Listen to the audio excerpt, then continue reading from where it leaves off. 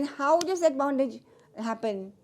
Because of our attachment to the effects of these three gunas. That we will say now. We are attached not to the three gunas, but you are attached to the effects of these three gunas. Now let's see what she says. Sattvam rajastama idi guna pragati sambhaha nibaddanti mahabaho dehe dehi manavyayam. Sattva, rajas and tamas. These three gunas are born of nature, born of prakriti. And these are what holds the imperishable atma to the perishable body, O Arjuna. This is what binds this thing. That's the whole point of.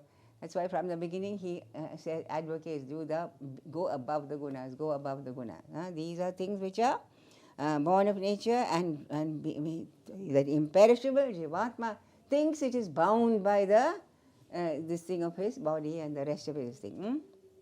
Now, how do they act? What are their qualities? How do they act? How do we understand them? Tatta sattvam nirmanatvat pragashagam anamayam sugha sangena badnadi jnana sangena chanaga.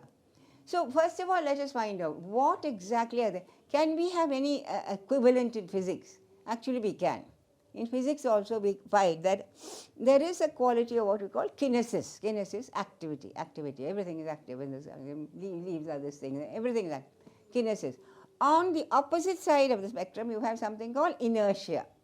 That means totally, when a ball, when you roll a ball, it goes fast, slowly, it becomes restless, and totally stops. That's inertia.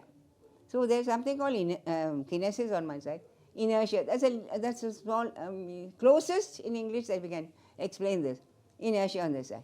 In between, now, if only these two were existing, there will be a terrible pull all the time. One side activity, one side pulling, like that. But there is another quality called sattva, which is sattva is a quality of equilibrium, which balances these two. That is, so I see kinesis, inertia and equilibrium. So kinesis is the quality of rajas, inertia is the quality of tamas, and sattva is the balancing power called of equilibrium. So these three are, how are they joined? How do they make us bond? As if they are plaited like this, plaited. They are always in us. They are not like three different strands. It's not as if sometimes we are sattvic, sometimes we are rajasic, sometimes. All the time they are all bound up in us. These qualifications are always bound up in us. Now, how can we recognize this thing? He says, Tattva sattvam nirmatvam prakasham anamayam sugha sangena badnadi jnana sangena jnanaga. Sattva is immaculate, illuminating and faultless. It binds through attachment to happiness and knowledge. So I told you, how do these gunas bind us? Through their effects. So the effect of sattva is that you get happy, you have knowledge, and so on. So we become attached to that. We want happiness, we want knowledge.